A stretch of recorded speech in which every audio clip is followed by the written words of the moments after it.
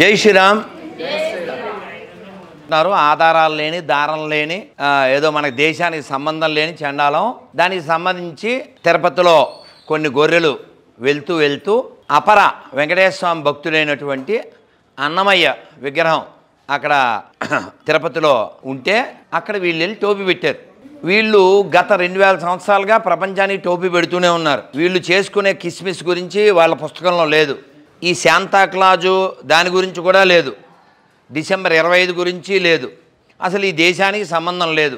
ఈ ఎవడైతే రేపు కిస్మిస్ చేసుకుంటున్నాడో వాళ్ళు ఎవరో క్రైస్తవులకు పుట్టలేదు, వాళ్ళు ఎవరో క్రైస్తవులు కూడా కాదు. వాడు ఇప్పటికీ క్యాస్ట్ వాడుతుంటాడు, వేస్ట్ గాడు. సర్టిఫికేట్లో వాడు హిందువే. So they are not Christians, they are all cheaters. ఈ మేటకు సంబంధమే లేదు. అన్నమయ్య మహాభక్తుడు, వెంకటేశ్వర స్వామిని దర్శించినవాడు, అన్నమయ్య వైభవంగా స్వామిని కీర్తించినటువంటి వాడు. సో కాబట్టి ఎవడైనా సెక్యులర్ వాగుడు ఎవడైనా వాగితే బాగుండదో.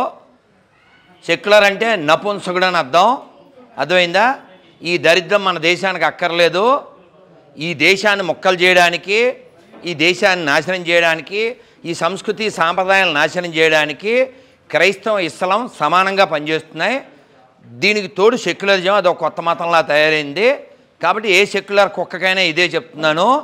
మీరు కానీ సెక్యులర్ అని నిరూపించుకోదలిస్తే ఎవడైతే టోపీ పెట్టాడో తిరుపతిలో అన్నమయ్యకి ఈ కిస్మిస్ టోపీ, ఆ డ్రెస్ను తగలెట్టండి. సెక్యులర్ కుక్కలు ఎవరైనా ఉంటే దాన్ని తగలెట్టండి. కామెంట్లోకి వచ్చి సెక్షన్లో కామెంట్ చేసే దమ్ముంటే నెంబర్ ఇస్తా, ఫోన్ చేయండి, నాతో సారీ చెప్పించండి. నేను ఏదైనా తప్పు చెప్తే మనకు అవసరం అండి. శ్రీరామనవమికి ఓ తిథి ఉంది, ఒక ఎవిడెన్స్ ఉంది. కృష్ణాష్టమికి ఓ ఎవిడెన్స్ ఉంది. ఈ డిసెంబర్ 25కి ఏమైనా ఎవిడెన్స్ ఉందా? చేసేవాడికి ఏమైనా సెన్స్ ఉందా? ఎవడు పుట్టాడు, ఎవడికి పుట్టిన బిడ్డరా ఎక్కెక్కి ఏడుతున్నాడని? ఎవడ సెలబ్రేషన్ ఎవడికి కావాలి? ఈ దేశానికి అవసరమా? ఈ దేశం కోసం వాడు వచ్చాడా, సచ్చాడా, వాడు పుట్టినాడు ఏమైనా గ్యారంటీ ఉందా? డిసెంబర్ 25 ఎవడు పుట్టాడంటే ఓ మహానుభావుడు పుట్టాడు.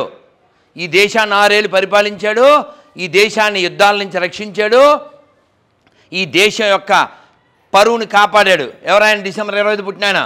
అట్లా బిహార్ వాజ్పేయి. ఎవడో గాడిద మీద కుక్కను కొట్టినట్టు కొట్టించుకుంటే చచ్చిపోయినోడు, ఎవడు పుట్టినాడో తెలియనోడు. మాకెందుకండి? మీకు స్పిరిచువాలిటీ కావాలంటే రామాయణం చదవండి, భాగవతం చదవండి, భగవద్గీత చదవండి. దైవం అంతటా ఉన్నాడు, అన్నిట్లో ఉన్నాడు, అందరిలో దైవాన్ని చూడాలి, అందరూ బాగుండాలి, సర్వే జన అని చెప్పినటువంటి సనాతన ధర్మం. కాబట్టి ఎవరైతే మతం మారి గతం మరిచిపోతున్నారో అటువంటి నీచమైన పనులు చేయకండి. మీరు నమ్మే పుస్తకమైనా మీరు చదవగలరా? నేను ఇక్కడ కూర్చుని ఇదిగో ఇంతమంది తల్లులు ఉన్నారు, అందరి మధ్యలో కూర్చుని నేను రామాయణం చదవగలం, మేము భగవద్గీత చదవగలం, భాగవతం చదవగలం. ఇలా పబ్లిక్లో తల్లుల మధ్యలో కూర్చుని మీరు ఖురాన్ బైబిల్ చదవగలరా? Can you? రండి, నెంబర్ ఏమన్నా చూద్దాం. 3 బుక్కులు పెట్టేద్దాం. ఏది సమాజానికి పనికొస్తుందో, ఏది సమాజానికి పనికిరాదో తేల్చేద్దాం. ఏది సరిగా లేదో దాన్ని కాల్చేద్దాం. Are you ready? నెంబర్ ఇవ్వండి. తిట్టండి, ఎందుకంటే మీకు అది ఒకటే వచ్చు కాబట్టి. దమ్ముంటే నెంబర్ పెట్టండి. భారత్ మాతాకి, అన్నమాచార్య స్వామికి గోవిందా. తిరుపతిలో ప్రపంచంలో పాషండ మతాలు నశించాలి, ప్రపంచ శాంతి వర్ధిల్లాలి, సనాతన ధర్మం వర్ధిల్లాలి. జై Shri Ram. Thank you very much.